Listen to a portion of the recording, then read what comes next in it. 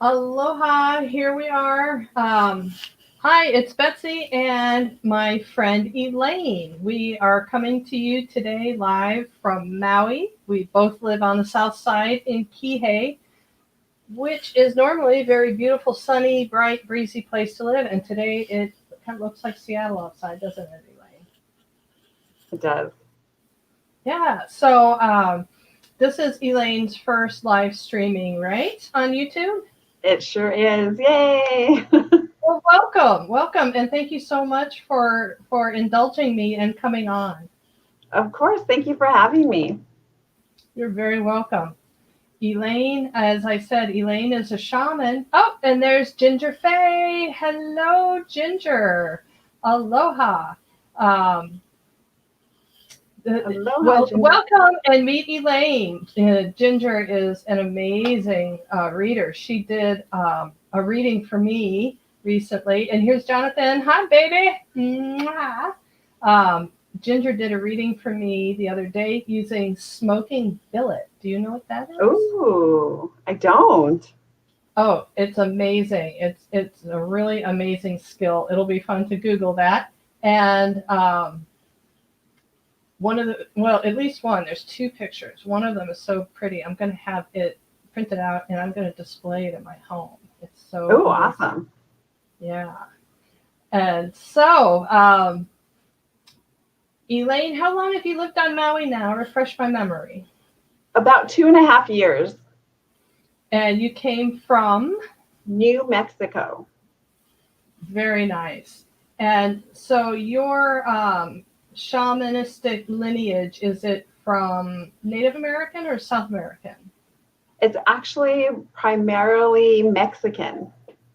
Primarily Mexican. Yeah. Excellent. So your training was then Central American? Well, it was a combination. I trained with a traditional Peruvian shaman as well as Okay. traditional Mexican healers from where I'm from in New Mexico. Aloha, Okay. Angie. Hi, Angie.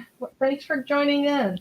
Um, so your mentor was Peruvian, but you trained in New Mexico. That's awesome. And how long ago was that?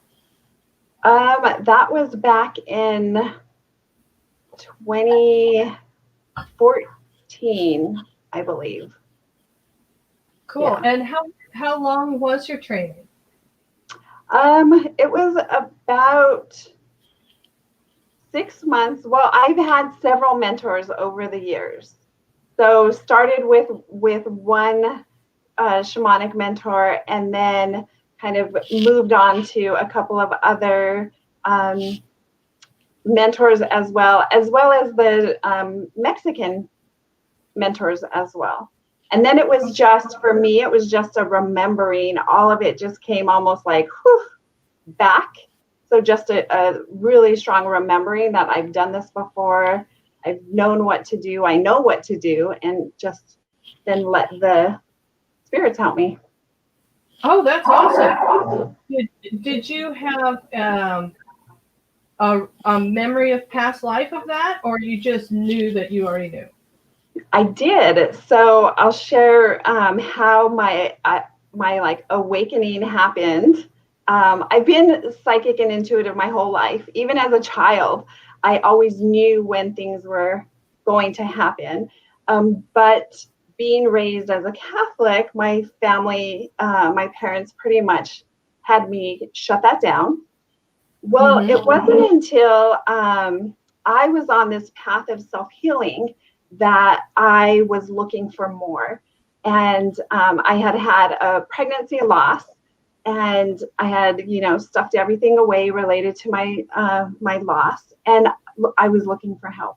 So I went to see a lady for hypnotherapy, and before we started our session, she says, well, I'm going to hand a rattle to you and then we'll open sacred space. And I was like, okay, I don't really know what that means, but okay. And so she says, I'll give you the rattle and you just follow me. And I said, okay. So she hands the rattle to me. And I kid you not, in that moment when that rattle hit my hand, it was like just instant. I, yes, I instantly remembered and saw myself as a shaman, as a medicine woman, as a priestess. Like it all came back to me. And I stopped and, tears were streaming down my face. And I look at this woman that I just met. And I looked at her and I pointed to the rattle and I said, "This is me." And she said, "Yes." So it was in that moment that I knew that that was my path. And so that's when I began to pursue training with her mentor. So she initially guided me to, I didn't know at the time she was a shaman. I thought she was just a hypnotherapist. So it was really kind of cool. So that kind of put me on the path. And then that's when, like, just literally everything just really opened up for me. Yeah. Ginger, we agree. I got chicken skin, all 4 limbs, so tight. Oh my goodness. I'm not sure. I'm not sure when I got chicken skin quite that strongly. That was wow. And Haley also says, Haley says, wow, so healing. Yeah, that memory, right? Coming home to who we are. Exactly. Wow. It was amazing. So we're going to come back to that in a minute. Right now, what I want to do is talk a little bit about how Elaine and I met here on Maui. And we're going to come back to Elaine's practice in the second half of our hour. But we thought we would tell our ghost busting stories to everybody because we all love them. Yes. So, and Elaine remembers this a little bit better. And actually, Elaine was a little more instrumental in pushing forward this group that we got linked up with. So could you talk about how you and the creator of that group decided to do the plan, the thing? So you're talking about Rodney. Yeah. Our good friend Rodney. Rodney is great. Everybody on Maui that's a scuba diver knows Rodney Dowdle. He is the king of the Maui mantas. He does so much, and he's really welcoming, and a lot of novice divers love him. So everybody on the island knows Rodney as a diver. What they don't know is that he has a real love of ghost busting. So I met Rodney at a IANS meeting, which is the near-death experiencers group here on Maui. And so Rodney had mentioned at a couple of different meetings that he had this equipment, this ghost box, and I was really intrigued because I had never seen anything like that, like in real life. I've seen it on TV, but not in real life. So he kept saying he had all of this equipment. So I kept kind of asking him, well, when are you going to do it? Like, let's set something up and let's use it. Let's try it. And so he finally agreed to set something up. So he invited me and he also invited you. So at that time, you and I showed up at the old Maui High School that has been shut down for, I don't know, how many years has that been closed down? Do you know? Oh, it's been so long since, the buildings it's just shells now. There's no roofs on anything for the most part. For the actual school buildings, they're just really ruins there now. So it's been a very long time. Yeah, so that's where we initially met. So, yeah. And I also met Rodney at the IANS group, at the near-death experiencers group. And I just happened to bump into him at the library, and we started talking. He mentioned then he had talked to you about doing the group, and that's when we met all up at the Old Maui High, which is well known as a haunted property here on Maui. That it's the kind of the late night kids go to hang out and party and look for spooky stuff going. So we decided actually to go in broad daylight. Yeah. Yeah. And So yeah, Elaine and I actually didn't meet until we showed up at that property, and it didn't take long for some things to start to happen. When did you first pick up? I think you picked up some peekaboos before I even did. I don't exactly remember, but what I do remember from that time was that you and I were both, we started kind of walking the grounds kind of separately. Rodney was using his machine trying to pick up any signal, and we were trying to find a spot where to go. And it was almost like you and I both kind of zeroed in on the same spot. And so that Yeah. was really pretty neat. I remember you saying as we were walking through the area that would have been the old offices, administrative offices, I Oh, remember that's right. you saying you felt like there was a woman peeking around the corner, just watching to see what we were That's doing. right. Yeah, Yeah, I totally forgot about that. Sometimes so much info comes in so fast that it's yeah, hard to remember everything. So thank you. yeah. Yeah, that was really interesting. And then I remember also feeling a bunch of like female students also kind of on this other end. So it was almost like this, um, there were like some of the like administration kind of people and then some students as well. So I remember thinking, oh, this is really interesting because I'll be honest, I had never done anything like that before, but I was like, I want to give that a shot. Like, why not? Like, I know I talk to all these other spiritual beings, so why not, And so it was really pretty fun how we were able to connect and like they wanted us to see them and to find them. Yeah, because as soon as we found our little spot to sit, and we all just kind of sat in our beach chairs, and Rodney set his equipment out, that the little lights and the beeper things started going off, and it wasn't soon after. Remember, we did our grounding and centering Mhm. kind of meditation clearing ceremony, and it wasn't long after that before the spirit box started talking. And one of the first things it said was Larry, because we were picking up on some not.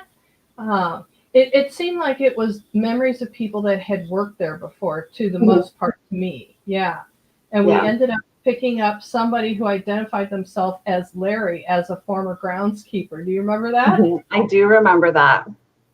And do you remember what we ended up doing with that group of spirits? So I remember there was like, wasn't there like a boat that came or something? And they got on the boat and then kind of that was what helped cross them over.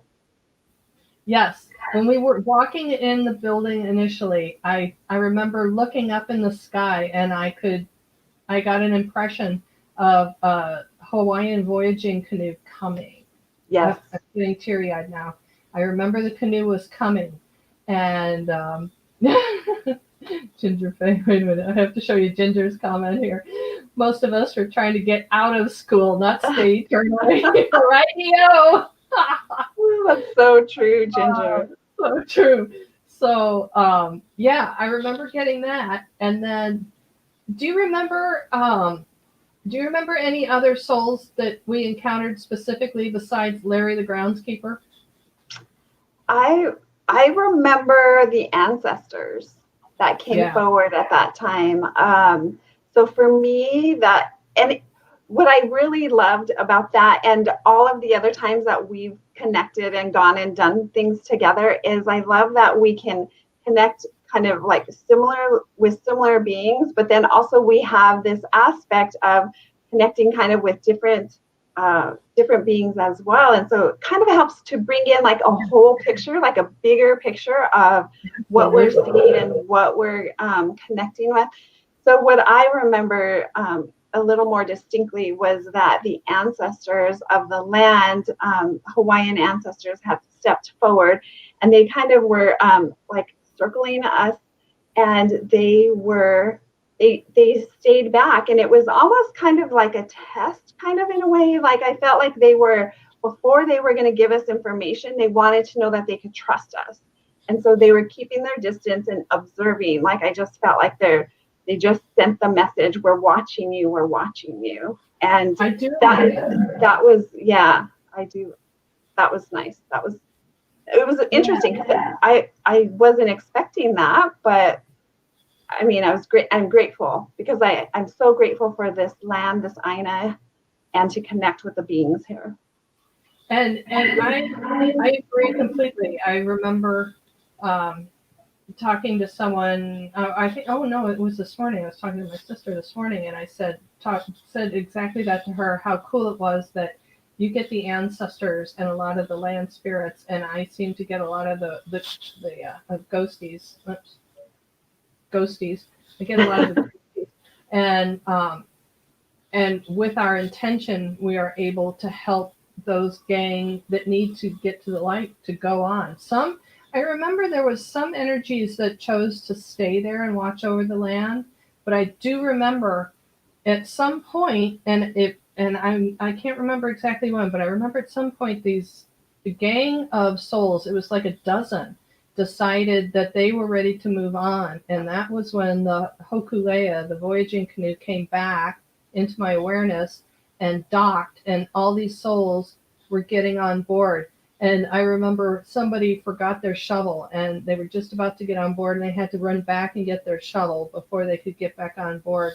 And then with all of us, our collective energies, everybody in the group together, we sent that boat on its journey. And I remember the elation, feeling that when we completed that process. Yeah, definitely was a shift in energy, and then I feel like then that kind of opened up even more space for like it just felt like things flowed a little bit more. It felt like there was such a sense of like relief and peace just for the whole space, and it also felt like it brought back some joy. I kind of felt like some of that was almost like just you couldn't reach that, right? There was too much density. Yeah. So once they left, then that freed up that space.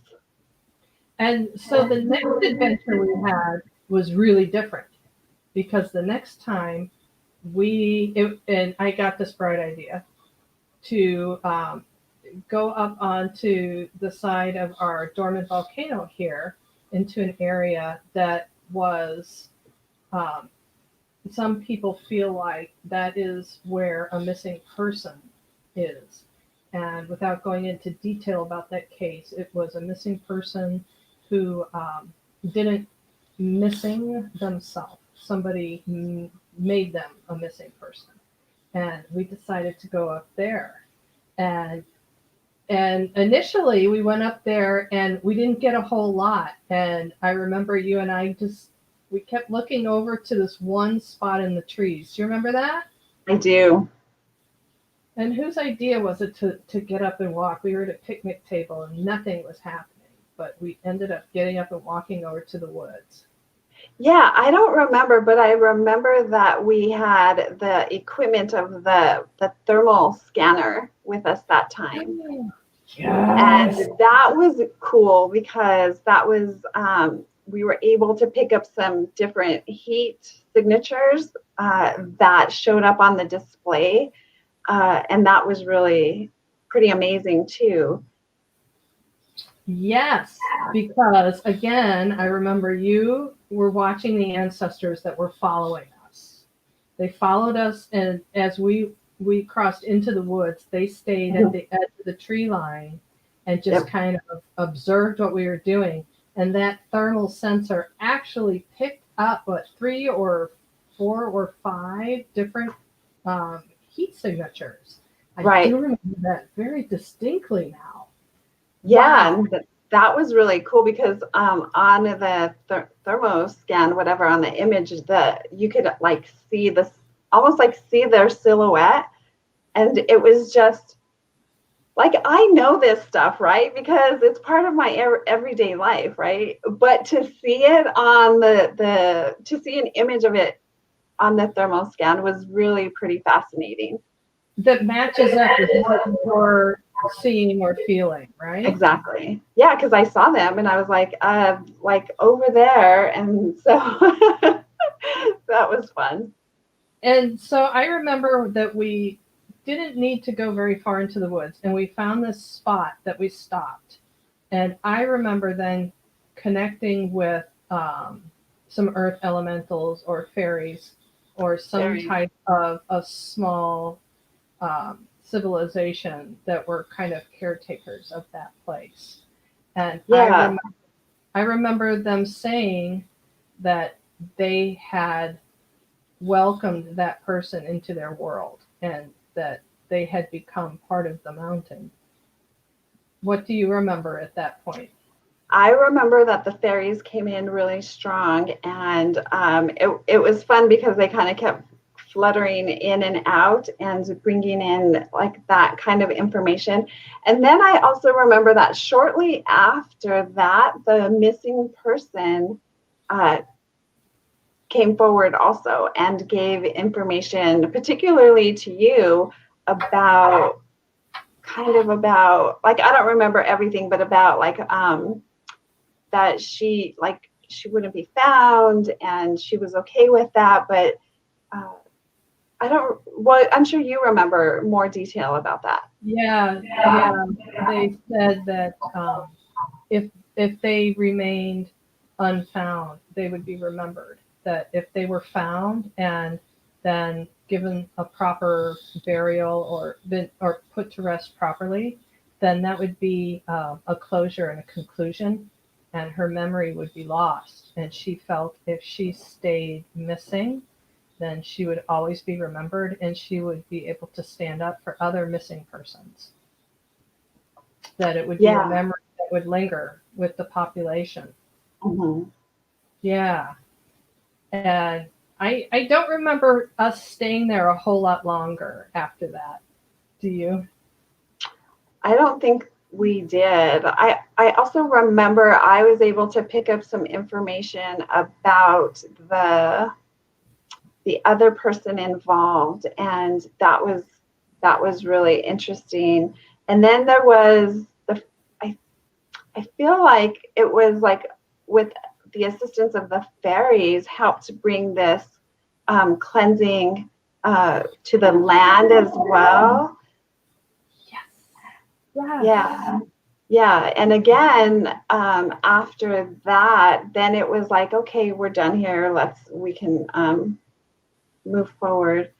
Oh, I'm getting a hot flash on that one. I don't remember what we did, but it must have been pretty good stuff. Um, yeah. And what was the outcome with the ancestors on that one? Did they have any? Did they have anything else to share with you? I don't remember what they shared once we were finished and on our way out. I, I, I don't exactly remember, but I feel like it was almost like, okay, we can trust you now.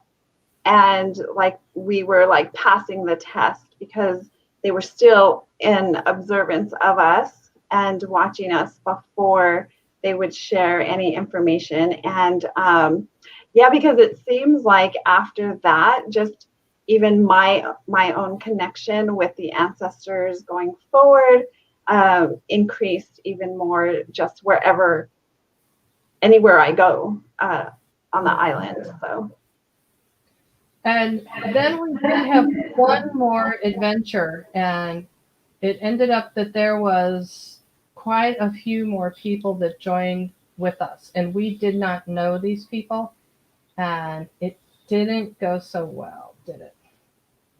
yeah, it was really interesting. So we invited a bunch of people to come with us, and yeah, so it was just really interesting. We went to Eau Valley. Another very sacred place, supposedly very haunted place, or a place where a lot of spirits still remain, and that is so. Yeah. Yeah, and we were like, we both looked at each other and were like, yeah, we're gonna have to move. This, we weren't really getting a lot of info, and it just kind of felt like everything was kind of just shut off. Yeah.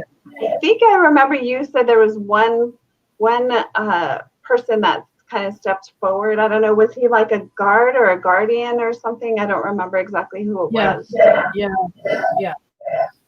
It was a warrior who was there in kind of a guardian mode, and it didn't feel threatening at all. It felt like there was a protective element for us, um, but also there wasn't a lot of information coming through, Mhm. and that was really the end of that one. That after that, things we didn't go out on any more hunts, and I think. And we wanted to bring up this third visit because if anyone has thought about doing something like this, and if you are psychic or sensitive, to think it through before you consider opening it up to a lot of people and having it become a popular kind of a thing, because that brings in a whole different set of energies on that one, right? Yeah. And also having like clear intentions, but also being respectful, because the unseen world is just as potent and real as the seen world. And so there's so much like respect that has to be given. And if not, then things could go awry pretty quickly. Aloha, Jamie. Hi. Thanks for coming. Um, yeah. So Elaine and I did go back out to Maui High by ourselves not that long ago. Um, it seemed pretty quiet there, didn't it? Yeah, it was real different. Still fun. Yeah, still fun. And we also went up to watch sunset up at Haleakala not that long ago. And that was fun. Boy, we had all kinds of signs and symbols there. We got all Mhm. kinds of blessings. And then ended up standing next to a guy from a small town I briefly lived in of 1,200 people out in the middle of nowhere. And there they were standing right beside us. I know. Such a small world, right? And then it's like at the top of Haleakala. Like, Yeah. So I'm going to just see if anybody has a question for Elaine or I about the ghost thing. We're kind of, believe it or not, already a halfway in. oh And my this gosh, was the time, I know, it goes so fast. goes so This fast. is the time I was going to ask Elaine about her own practice because, as you saw in my description, Elaine, part of her journey is working as a fertility shaman, and that is very cool. So, if anybody has any questions, feel free to pop them in, and I will take I will pass the reins to Elaine right now and ask her to tell us, how did you find this fertility shaman work? How did this even come to you? Well, that's the whole thing, is that it came to me. You know, I feel like so often in our lives, our experiences, especially our challenges and traumatic experiences in our lives, kind of give us opportunities to make changes. And so at the beginning of our live, I mentioned that I had experienced a pregnancy loss, and then that led me to self-healing, and then that led me to realize and understand my gifts. And so that's how it found me. So when I also went to kinesiology school. And so in kinesiology school, I had a friend that was psychic, and I wasn't really open at that time. So she had given me information about my baby that I had lost. And I thought that that was really helpful for me. Again, not really putting all of this together yet. So then when I went, like I said, I was on my path of self-healing, everything kind of opened up, and I knew I wanted to help women that experienced loss, because through kinesiology school, I understood how to get to the root of physical ailments based on our emotions, right? The emotional root cause of physical ailments. So during kinesiology school, a lot of the emotional energy that I had stuffed away came up and out. And so again, that's when I was like, I have to help other women. So when I finished kinesiology school, that was my focus, was on helping women heal their grief and emotions related to pregnancy loss. And then again, everything kind of opened up for me. That was when I realized the spirit babies started coming to me. So during the sessions, the spirit babies of that were I don't even like to say lost, but through miscarriage or stillbirth or even abortion, those souls started coming to me. Those spirit babies started showing up and giving me information. And as I was able to give that information, pass that on to the woman, to the mom, it brought so much healing. And these are women that, had experienced such traumatic losses, deaths of their babies, perfect pregnancy, and then during labor, the baby dies. So I was able to bring forward information to help out these women. And then after that, what I realized is that those clients started to get pregnant. And then the other souls of the unborn babies that wanted to come started coming to me. So it was kind of like, almost like this kind of life circle coming, right? The babies that had died, and then the babies that wanted to come, all coming to me at the same time. And so that's when I realized I could help women that are trying to get pregnant as well. And then incorporating the kinesiology, it is like this true holistic approach to fertility healing. So I can work with the physical body, help it find supplements and vitamins to strengthen the physical body. And then with the shamanic work and energy healing, then I can help with the emotional and spiritual root causes. That is amazing. And now I know you have told me that this is not like a one-shot deal. No.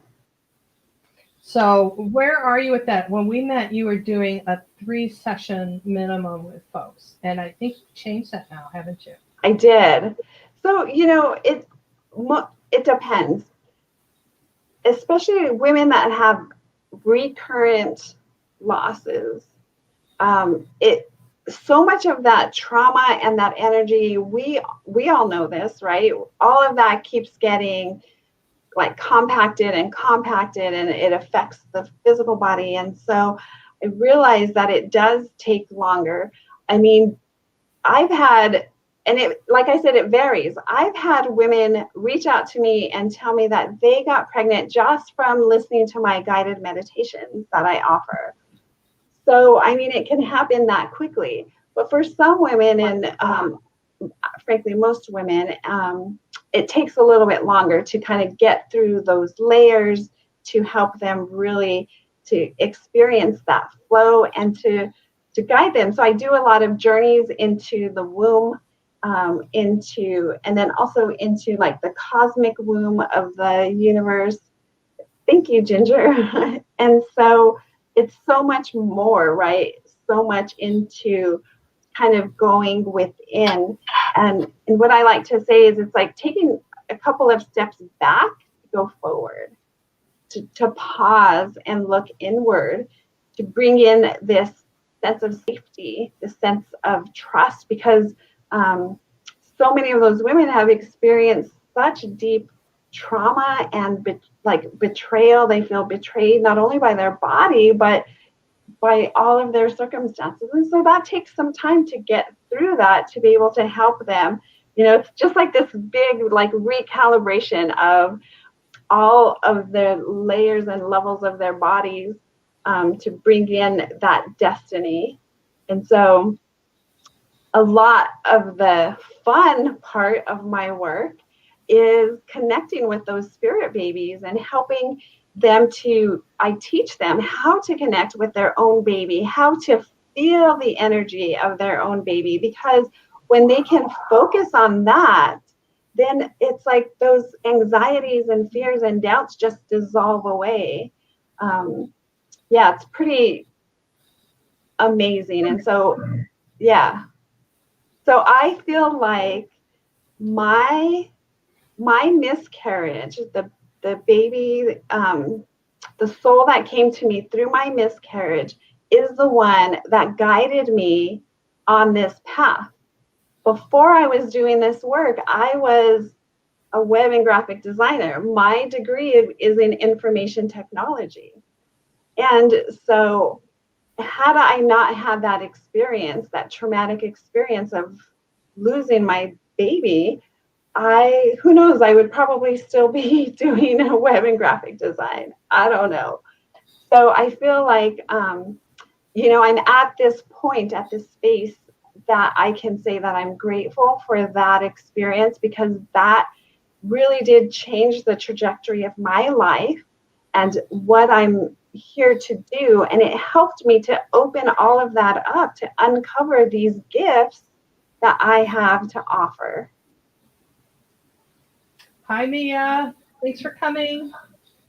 Um, so, oh, and here we have, I don't want to butcher your name, Akwayazi. Hi, welcome. Thanks for coming. Um, so, that your spirit baby, does that spirit baby still guide you in your work, or do you have Yeah, other spirit? Oh, still is with you he's as still with as me. a coworker. Yeah, Wow. as a guide. And he comes and goes, so he doesn't come as frequently as he used to. I feel like he's like, yeah, she's got this. I'm out. I can go do other things. So most of the time I have to be intentional to call him in. Oh, so so is this something if you're feeling like you're stuck, or if you're not getting where you want to be, is that you call in the spirit baby as Mhm. your as big guns? As That's my, yeah, as my, like, yeah, and as a mentor, right, to help guide me, because, if I get stuck, I'm like, hey, help me, like, help me, you help me get here, so help me. that's so cool. So does your okay, so do you have a name for your spirit baby guide? Yes, his name is James. James. Okay. So does James also interact with the other spirit babies that you're trying to contact for your clientele? I feel like he used to, not so much anymore. Yeah, Okay. like I said, he just kind of pops in and out, and I don't feel him as much as I used to. Okay. And so when you are able to contact these spirit babies on the initial contact with them, what is that like? How did they respond? Have they been waiting for you? Are they surprised to see you? Um, do they know how to communicate right away? Yeah, I feel like it's just like, talking to someone that passed. It's like it's the same thing. It's just kind of I'm going to say the opposite spectrum, but they're so similar. Birth and death really are similar. So, yeah, it's basically the same. Just I think the frequency is a little different to dial into that.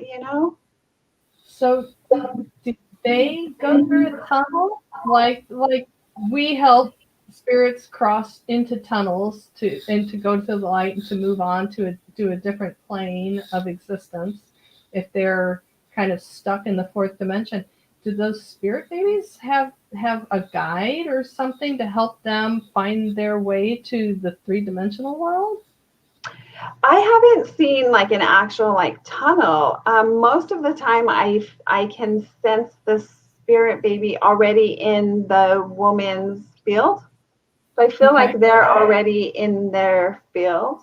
And if they're not, then so one of the questions I get all the time is, well, will I have a baby? Like people will ask me, well, you're psychic, can you tell Yeah. me? Yeah. And I say, I don't answer questions like that. Like I say, do you want to have a baby?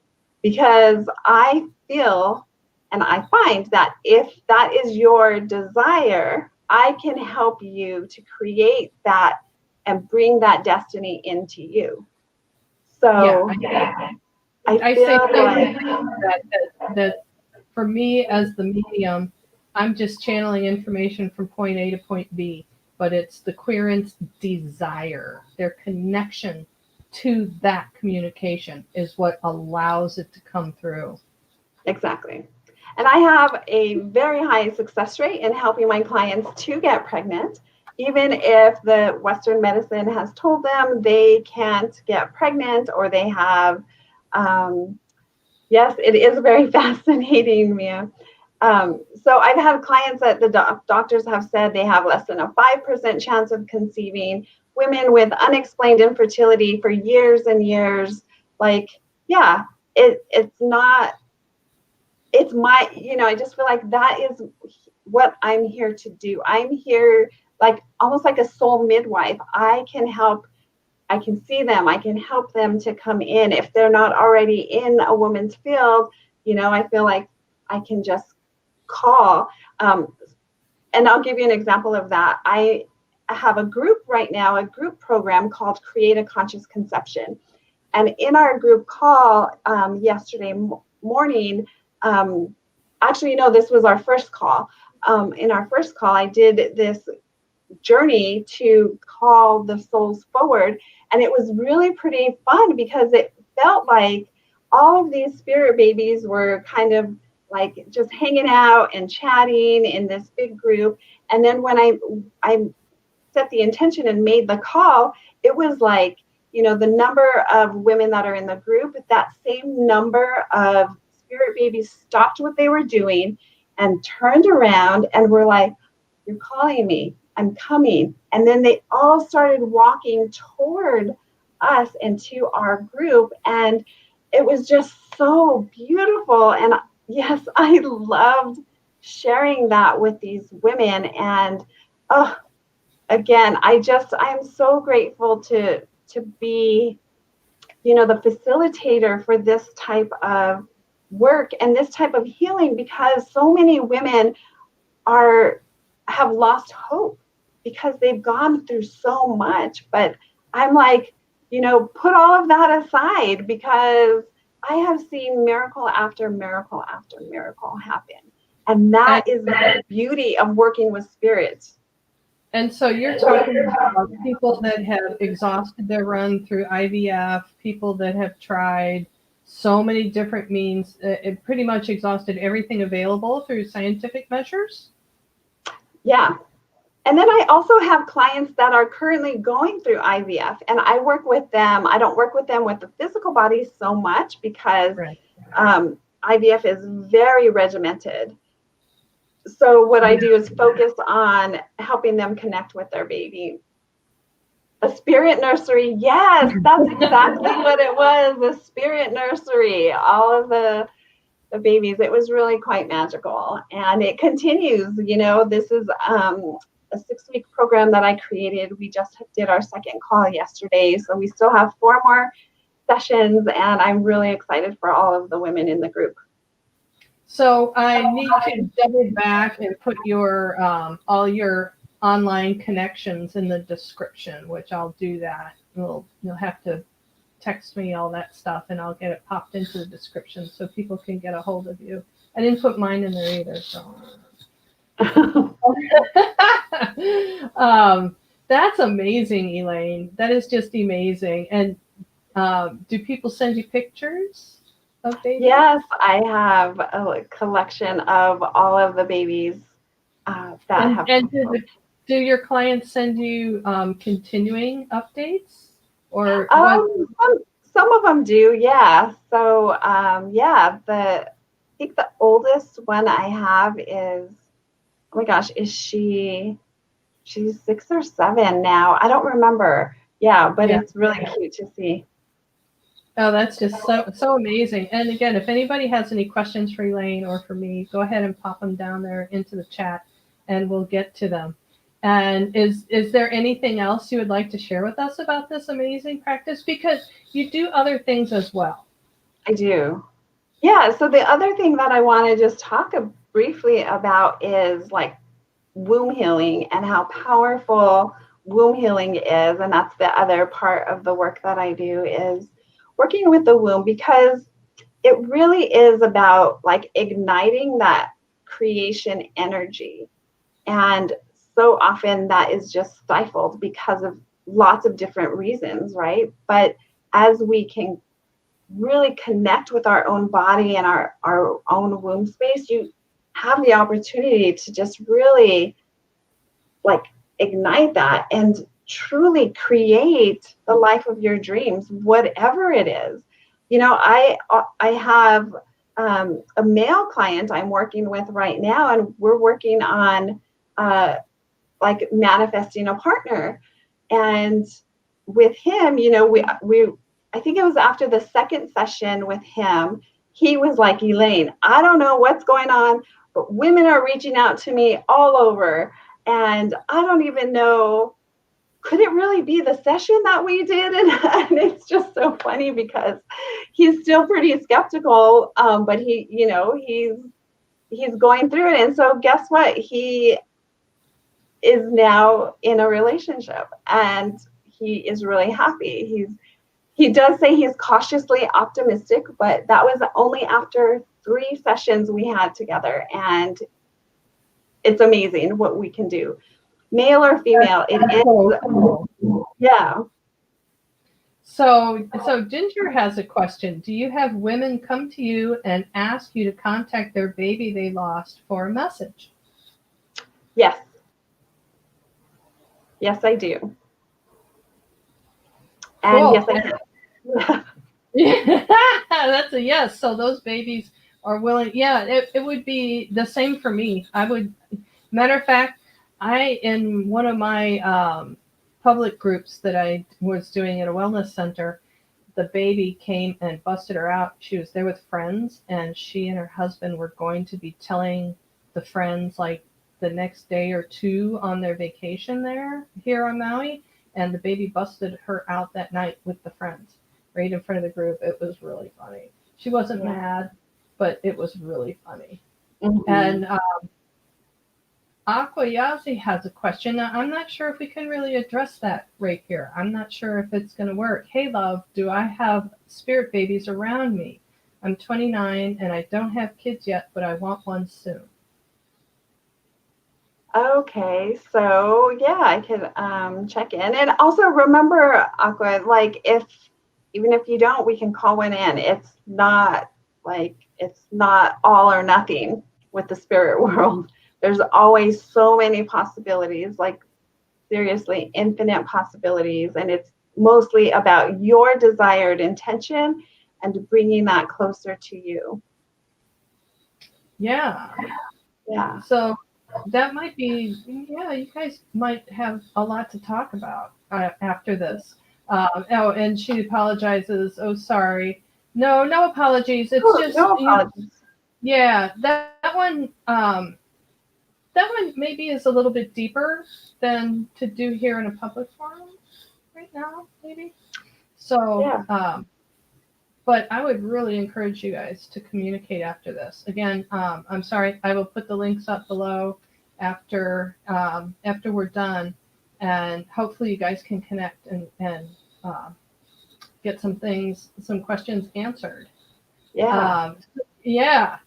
And so while we're waiting to see if we have another question, there was one more thing that you and I talking about here today, and that was you had a recent experience as in a role as a medium, and I have one that's very similar. So why don't you go ahead and share that with us? Sure. So I had a friend reach out to me, and she had a family member that was in a coma, and it was really sudden that her family member ended up in a coma, and she asked if there was anything that I could do, and I said, well, haven't really done that, but yeah, let me try. And you know, since we're all souls, I connected to other people that are living, right? So when I work with women, sometimes the mom or dad or grandparent come forward, like for ancestral healing. So that's not a surprise. So as I connected, it was, number one, really easy to connect.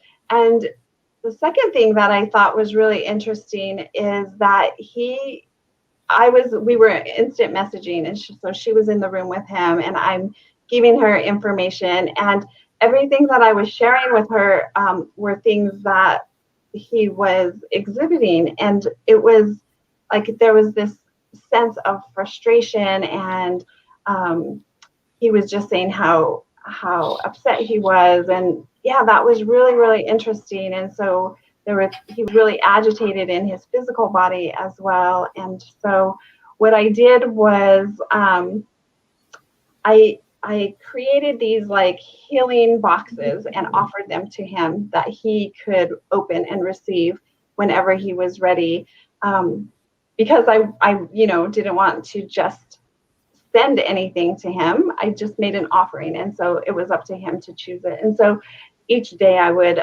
check on him, and he would give me information, and it was so helpful for my friend during this time because there's so much shock, right? That it was sudden and it was a lot to process. And so I was grateful to be able to connect and bring forward information, and and have to share detrimental news, and say, I really feel like he's saying he's not gonna stay. And so, you have to prepare for that. And it wasn't easy, but I shared it, and yeah, the ultimate outcome was that he did end up passing. But my friend just said it was really helpful for her to have that information, and it was really helpful for me too, because I feel like sometimes I just take this for granted, that it's such a part of my everyday life that I forget how much I can help in other ways that I'm not always used to. Yeah. And okay, so on the heels of that, Haley has a question. I was once told by a medium that I had a young girl with me. Ha ha. I had a spirit baby with me once. Oh, awesome. Haley, I get the feeling that spirit girl was with you as a peer.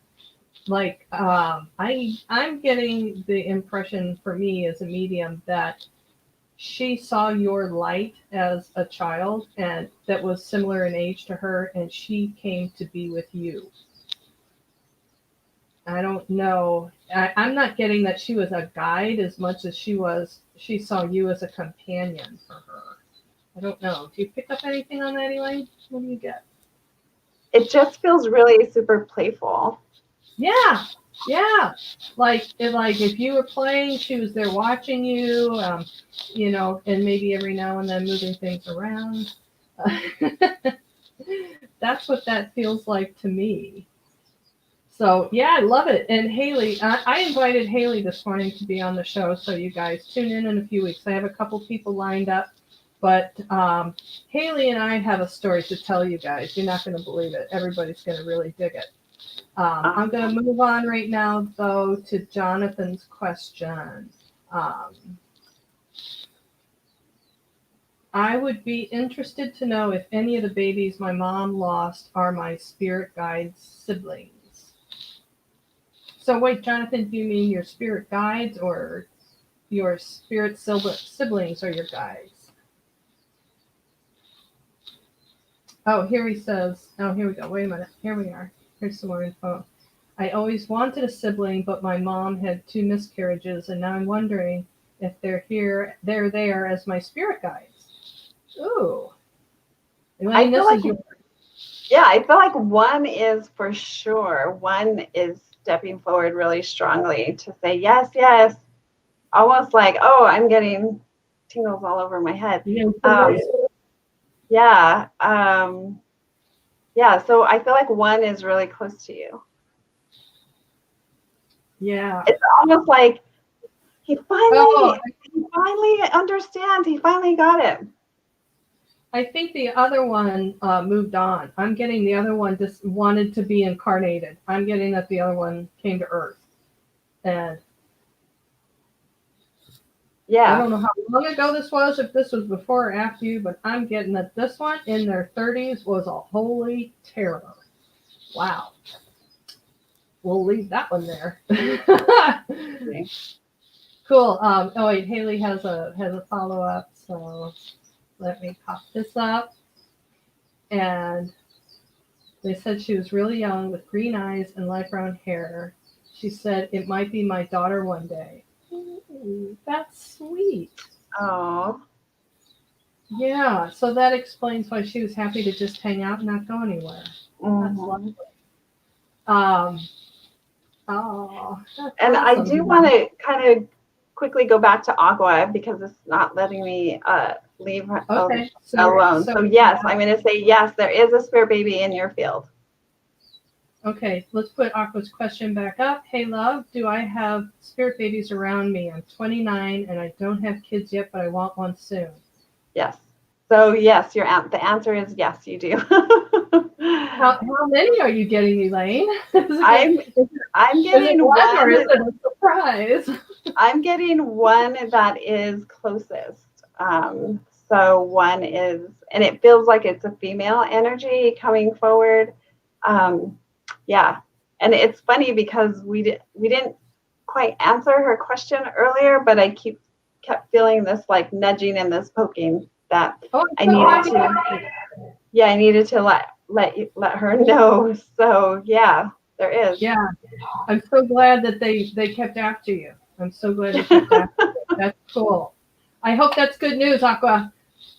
Um, yeah, and so wait, Jonathan says I was 8 and 11 when the miscarriages happened. 45 now, so they'd both be in their 30s. Well, one of them is having the time of their life.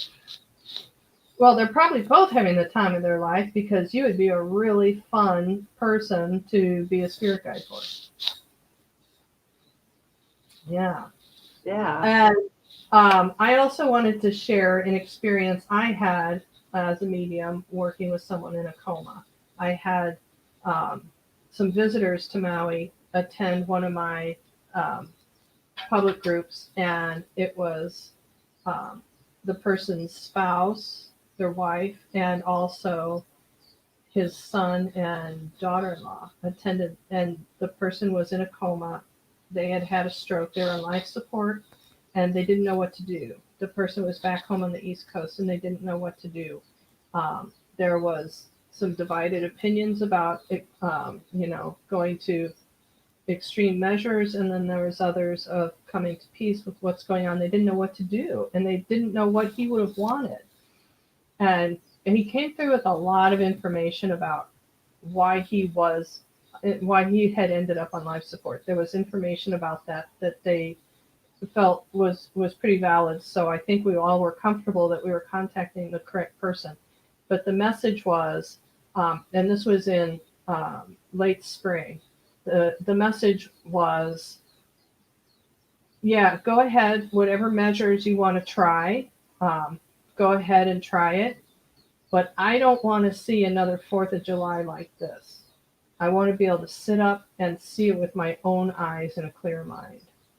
And everybody involved was so relieved and so grateful. And like you said, the relief that these messages can offer people is so profound. I never take it for granted. It's always a chicken skin moment for me. And I always feel so grateful that the spiritual realm I'm able to provide help for people through the spiritual realm, because it's not me doing it and just to be the vehicle for them. It just always leaves me recognizing that it really is my privilege to serve in that role. Right. And so, oh, here we have someone new to the show. Whoops. Uh-oh. Sorry. JC Randall. Hi, welcome. Wow, this is so neat. I love this. Thank you both so much. I have a question on the support and guides surrounding me. Maybe which is more predominant and who pops up. So that to me reads as spirit guides or your spiritual team. Elaine, what do you get on that?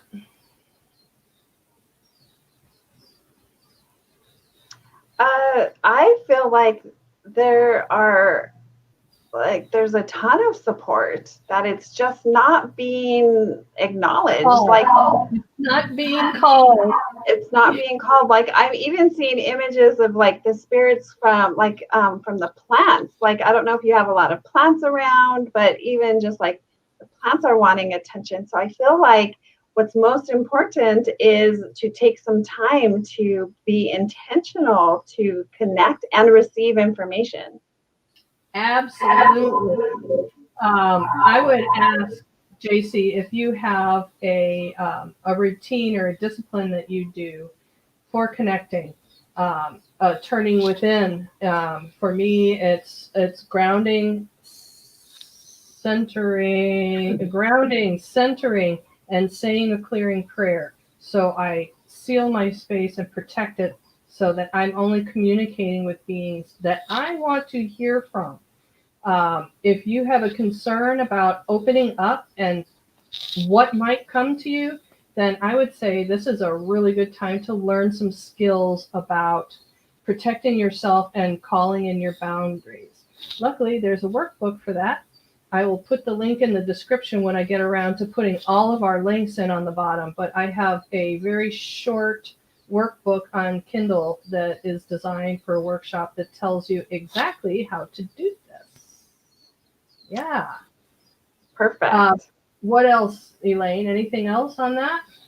The last thing that I want to just share, that it was really challenging for me to share the kind of like the negative news, right? Because I feel like so much of my work is around hope and providing hope. And this time I couldn't, because it was inevitable that he was going to pass. And the other thing was that he did say he wanted them to feel okay with a DNR, the do not resuscitate.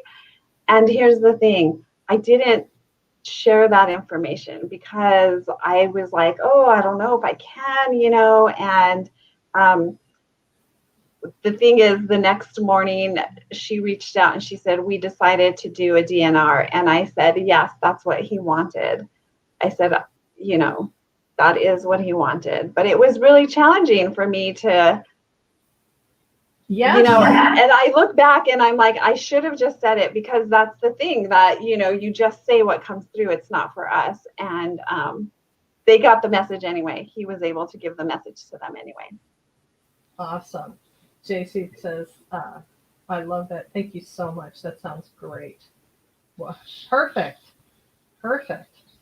And so, believe it or not, it's been an hour. Oh my gosh. That went so fast. Yeah, you can find us both on Facebook with the names that you see listed below, Betsy Palmer Medium and Elaine Lopez-Bogard. Elaine, I know you have a website too, and you have a lot of links. I'll try and get, if whatever you send me, I'll put it in the description below. And I'll also put up Amazon. And we're both for one-on-one consultations. And of course, if you're ever on Maui. Yeah. Oh, and there's my sister. Oh my God, she made it. Penny. Hello. Yes, you popped in. We're signing off though. But I thank you for coming. She was out. She had to pick up her Harley from the shop, and so she was going to be on the road while we were doing this. But she made it in. Thank you, sis. Yes, awesome. Thank you, and thank you to everyone that joined us. This was so much fun. It was a lot of fun, and also in the comments on YouTube, if you would like to see Elaine back, please let us know, and we'll have her back on soon. So at this time, I'm going to end the broadcast. Elaine, stay on with me for just a moment, and we'll wrap things up. And thank you, everyone. And Mia, hang on, I'll pop up Mia's comment here. I'm going to watch the first part now. Thank you, Betsy and Elaine. That was wonderful. Thank you so much, Mia. We're really grateful to each and every one of you that took time out of your busy lives to come and be with us. This is true. It's my privilege to share this time with you. And yes, thank you so much. Thank each and every one of you so much. And thank you, Elaine. So we'll sign off now, and Elaine, stay on. Bye-bye. Bye-bye.